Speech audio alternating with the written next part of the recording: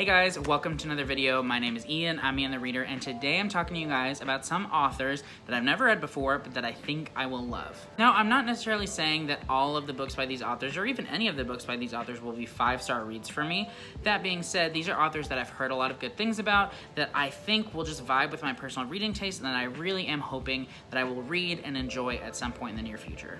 Before we get started with the video though, it would mean the world to me if you would like this video and subscribe if you haven't already. I love talking books with you guys, and I hope you love talking books with me. And normally we talk tea on the channel, but I've already had my fill of tea today. I've had 2 cups. I don't want to drink anymore. I'm good. Moving on. Now, I'm sort of kind of trying to say that each of these comes from a different genre. Some of them kind of bleed together, but they're all very distinct in what type of books that they write, in my opinion. So, first up for fantasy, we have Mr. Joe Abercrombie. I have never read a Joe Abercrombie book, and it breaks my heart because so many people love him, so many people are obsessed with the First Law trilogy and the Age of Madness trilogy, I think that's what it's called, and the filler books in between, and I don't know what it's all about yet. I really want to know. I got so lucky, and I won a giveaway, actually, of the First Law trilogy on Instagram, which is super awesome because I was really hoping to read this whole trilogy in 2022, so no excuse. So the reason that I really think that I'm going to enjoy Joe Abercrombie's work though is because he is like referred to as like Lord Grimdark or whatever, and I love fantasy that is really gritty and real and just really immersive, and I've heard nothing but good things about this series ultimately. And on top of that, I heard that the second trilogy in the overarching world of whatever this is called, I don't remember what the overarching series is called, but I've heard that the newest trilogy is like absolutely amazing and has one of the greatest endings to a trilogy ever. I'm stoked. I'm super excited to jump into Joe Abercrombie soon. Next up for mystery thriller, I have Simone St. James. So, I have heard a lot of really good things about her works, and some people like classify her books as horror, but it's more like thriller leaning a little bit into horror than it is like full-on horror, at least from what I've heard.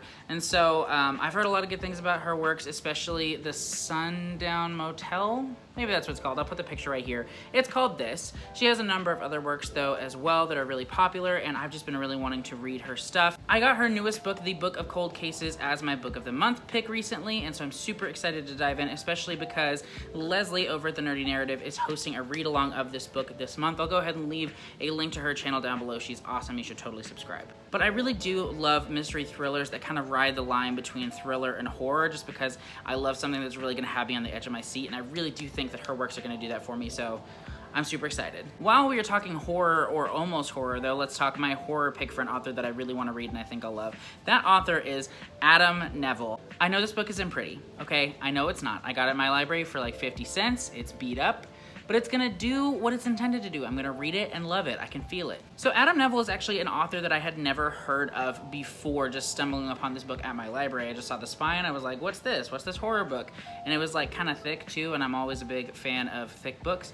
And so I picked it up, and it sounds super awesome. He has a number of books that I had never heard of, but then sound amazing as well. I mean, I believe one of his books recently got a Netflix adaptation. I can't remember which one. But on the back, it says something like, England's response to Stephen King or something like that, or like the English Stephen King. Oh, it says it on the front. It says Britain's answer to Stephen King. That's a quote from The Guardian, so take it as you will. But I'm super excited to try this. His book sounds super intense and creepy, and I'm always down for some good horror. Next up, we have science fiction, and for that I've chosen John Scalzi. There were actually like quite a few authors of the science fiction genre that I could have chosen, but this is just an author that has been on my radar for a long time, and I've been meaning to pick up Old Man's War for a long time. He also has another book called Locked In, I believe, that I want to pick up, and I have an e-arc of his newest book that I can't remember the name of, but that I'll put right here. And yeah, he's just an author who's been on my radar a lot. He keeps popping up, and I'm really intrigued by his works. They seem not necessarily lighthearted by any means, but they seem like a lot of fun. And when I'm reading science fiction, I like to have fun, personally. Then we have what I'm going to call magical realism. We're gonna call that magical realism. That is Helen Oyeyemi. She has a lot of books. All of them sound super wild and exciting and fun and just like kind of different, to be honest, like a little bit quirky. And they have all of them, I think all of her works have fantasy elements in them, or like magical elements in them, but a lot of them are rooted in reality as well. Like this one takes place in 1953 in New York, I believe.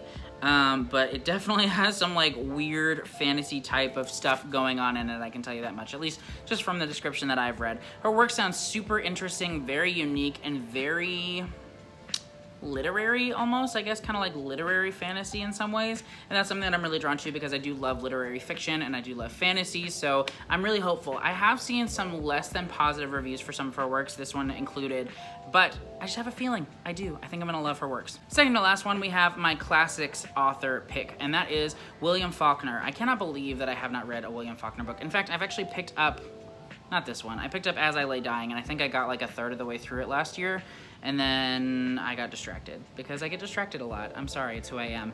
But, what was I saying? Yeah, so William Faulkner, I really do think is gonna be an author that I love. His style just seems really, like, real. It just seems really real, if that makes sense. I love his dialogue, how it's very distractingly unique in some ways, but it's the way that people talked in this time and in the locations that he's writing about, and that's something that I think is really appealing.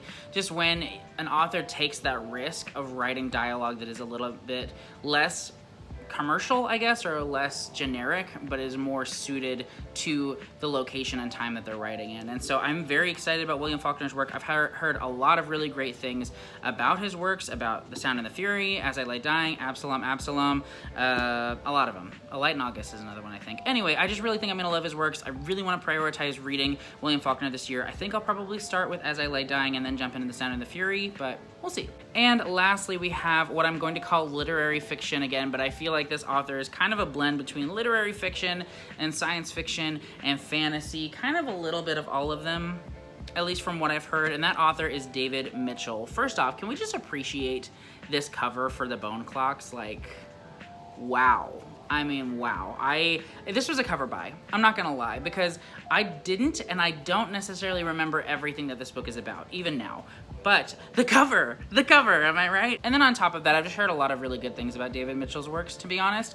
I've heard that he is very thought-provoking in his works, that they're very epic, that the scope of them can be a little bit overwhelming at times, but if you're willing to put in the work and really pay attention, all of the threads will eventually show the ways that they're connected, and that's something that I'm willing to commit to. I really think that David Mitchell is an author who will pay off reading when you're reading the books and going through the whole experience, and I love this cover.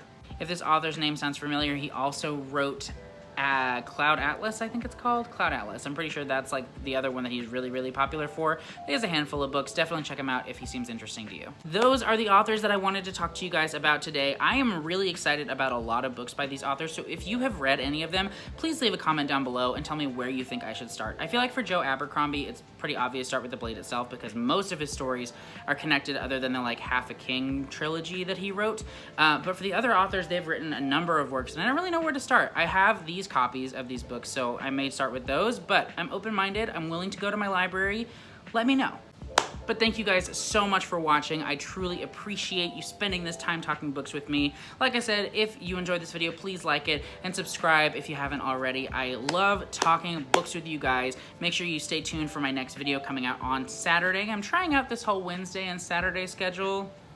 We'll see how it goes. But thank you again so much for hanging out with me. I truly appreciate it, and I will see you in the next video. Bye!